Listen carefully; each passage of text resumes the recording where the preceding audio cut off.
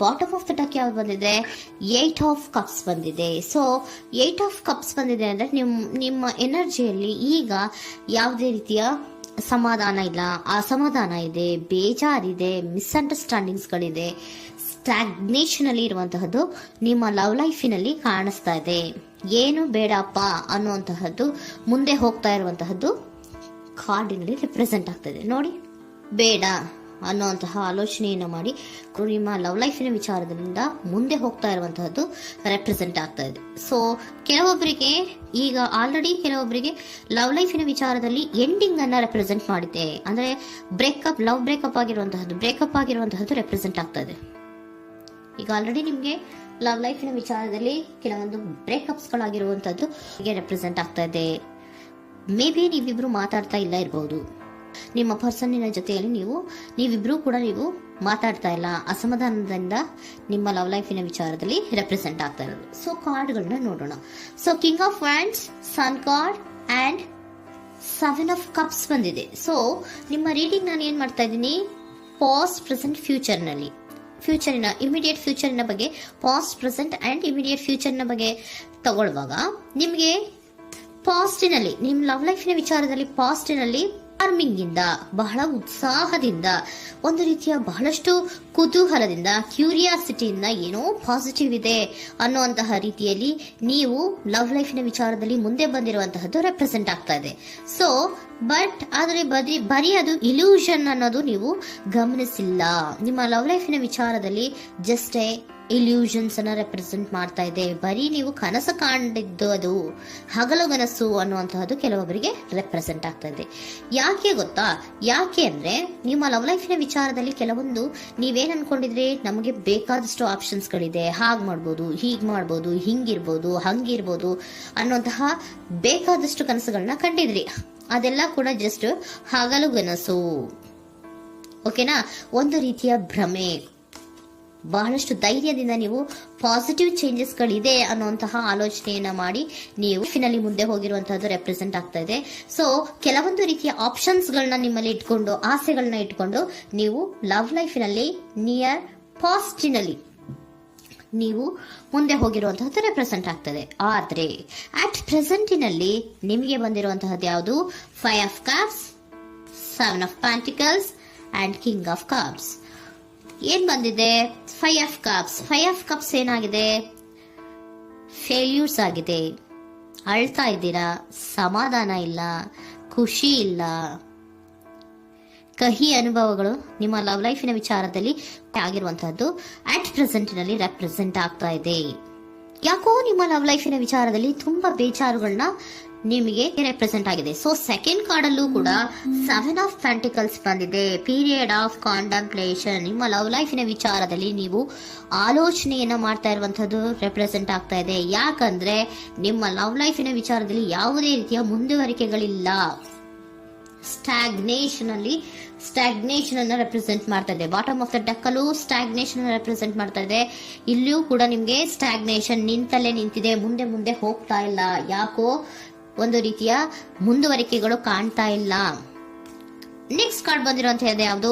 King of cup ಬಂದಿದೆ. So ಭಾವನಾತ್ಮಕವಾಗಿರುವಂತಹದ್ದು, ಯೋಚನೆಯನ್ನ ಮಾಡ್ತಾ ಇರುವಂತಹದ್ದು, ಯಾಕೆ ಹಿಂಗಾಯ್ತು ಅನ್ನೋದ್ರ ಬಗ್ಗೆ ನೀವು ಆಲೋಚನೆಯನ್ನ ಮಾಡ್ತಾ ಇರುವಂತಹದ್ದು ರೆಪ್ರೆಸೆಂಟ್ ಆಗ್ತದೆ.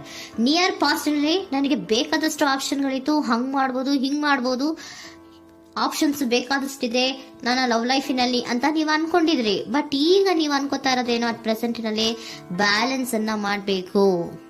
ಯಾಕೋ ಇಲ್ಲಿ ಅಸಮಾಧಾನಗಳಾಗ್ತಾ ಇದೆ, ಮಿಸ್ಅಂಡರ್ಸ್ಟ್ಯಾಂಡಿಂಗ್ ಗಳಾಗ್ತಾ ಇದೆ, ಮಿಸ್ಕಮ್ಯುನಿಕೇಶನ್ ಗಳಾಗ್ತಾ ಇದೆ. ಕೆಲವೊಬ್ಬರಿಗೆ ಬ್ಲಾಕ್ಗಳು ಕೂಡ ಆಗ್ತಾ ಇದೆ, ಫೋನ್ ಬ್ಲಾಕ್ಸ್ಗಳು ಕೂಡ ಆಗ್ತಾ ಇದೆ. ಯಾವುದೇ ಮೆಸೇಜ್ಗಳಿಲ್ಲ, ಫೋನು ಇಲ್ಲ. ಓಕೆನಾ?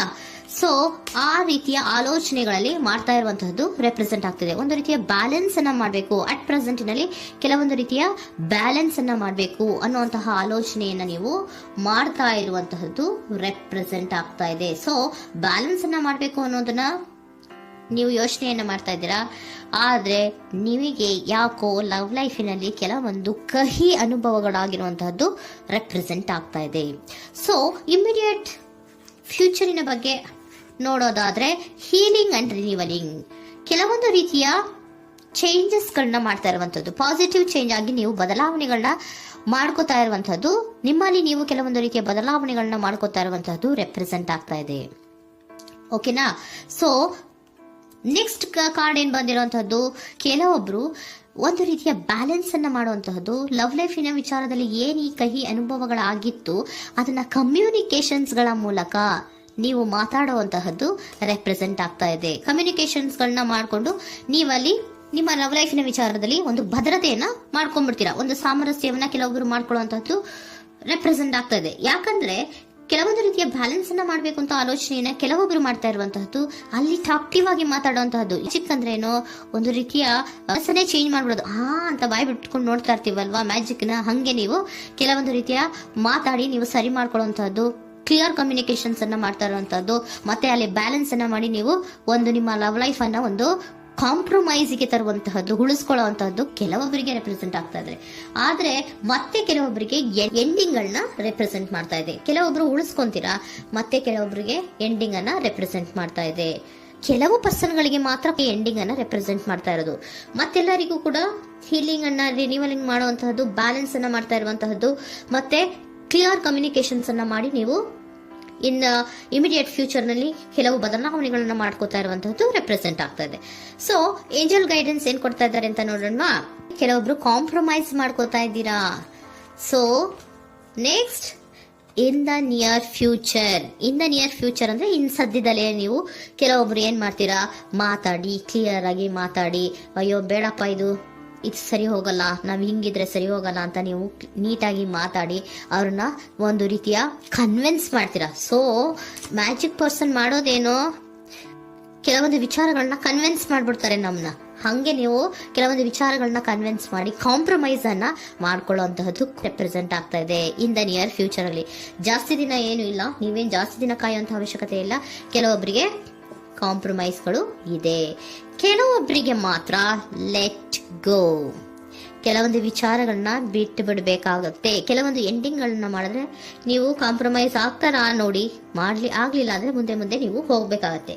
ಯಾಕಂದ್ರೆ ಕೆಲವೊಂದು ರೀತಿಯ ಸ್ಟಾಗ್ನೇಷನ್ ಅಲ್ಲಿ ಇರೋದ್ರಿಂದ, ನಿಮಗೆ ಬಾಟಮ್ ಆಫ್ ದ ಡೆಕ್ ಕೆಲವೊಬ್ಬರಿಗೆ ಸ್ಟಾಗ್ನೇಷನ್ ಅಲ್ಲಿ ಇರೋದ್ರಿಂದ, ಸೊ ಸಾಧ್ಯತೆ ಮಟ್ಟಿಗೆ ನೀವು ಮುಂದೆ ಹೋಗ್ಲೇಬೇಕಾಗತ್ತೆ. ಎಷ್ಟು ದಿನ ಅಂತ ನೀವು ಅಲ್ಲೇ ಇರ್ತೀರಾ, ಸ್ವಲ್ಪ ಮುಂದೆ ಹೋಗಿ ನೆಕ್ಸ್ಟ್ ಮುಂದಿನ ದಿನಗಳಲ್ಲಿ ನಿಮ್ಗೆ ಕಾಂಪ್ರಮೈಸ್ ಆಗುವಂತ ಸಾಧ್ಯತೆಗಳು ಇದೆ. ಪಾಸ್ಟ್ ಅಲ್ಲಿ ನೀವೇನಾದ್ರು ಕೆಲವೊಂದು ಭ್ರಮೆಗಳಲ್ಲಿ, ಕೆಲವೊಂದು ಆಪ್ಷನ್ಸ್ ಗಳಲ್ಲಿ ಏನಿದೆ ಅವರಿಗೆ ತುಂಬಾನೇ ಕಹಿ ಅನುಭವಗಳಾಗಿರುವಂತಹ ಸಾಧ್ಯತೆಗಳು ಇದೆ. ಅದರಿಂದ ಕೆಲವೊಬ್ರು ಹೀಲಿಂಗ್ ಅಂಡ್ ರಿನಿವಲ್ ಆಗಿ ಕೆಲವೊಂದು ರೀತಿಯ ಚೇಂಜಸ್ ಗಳಾಗುವಂತಹದ್ದು, ಅಲ್ಲಿಗೆ ಎಂಡ್ ಅನ್ನ ಮಾಡುವಂತಹದ್ದು ಕೆಲವೊಬ್ಬರಿಗೆ ರೆಪ್ರೆಸೆಂಟ್ ಆದ್ರೆ, ಮತ್ತೆ ಕೆಲವೊಬ್ಬರಿಗೆ ಮಾತಾಡಿ ಕಾಂಪ್ರಮೈಸ್ ಅನ್ನ ಮಾಡ್ಕೊಳ್ಳುವಂತಹದ್ದು ರೆಪ್ರೆಸೆಂಟ್ ಆಗ್ತದೆ.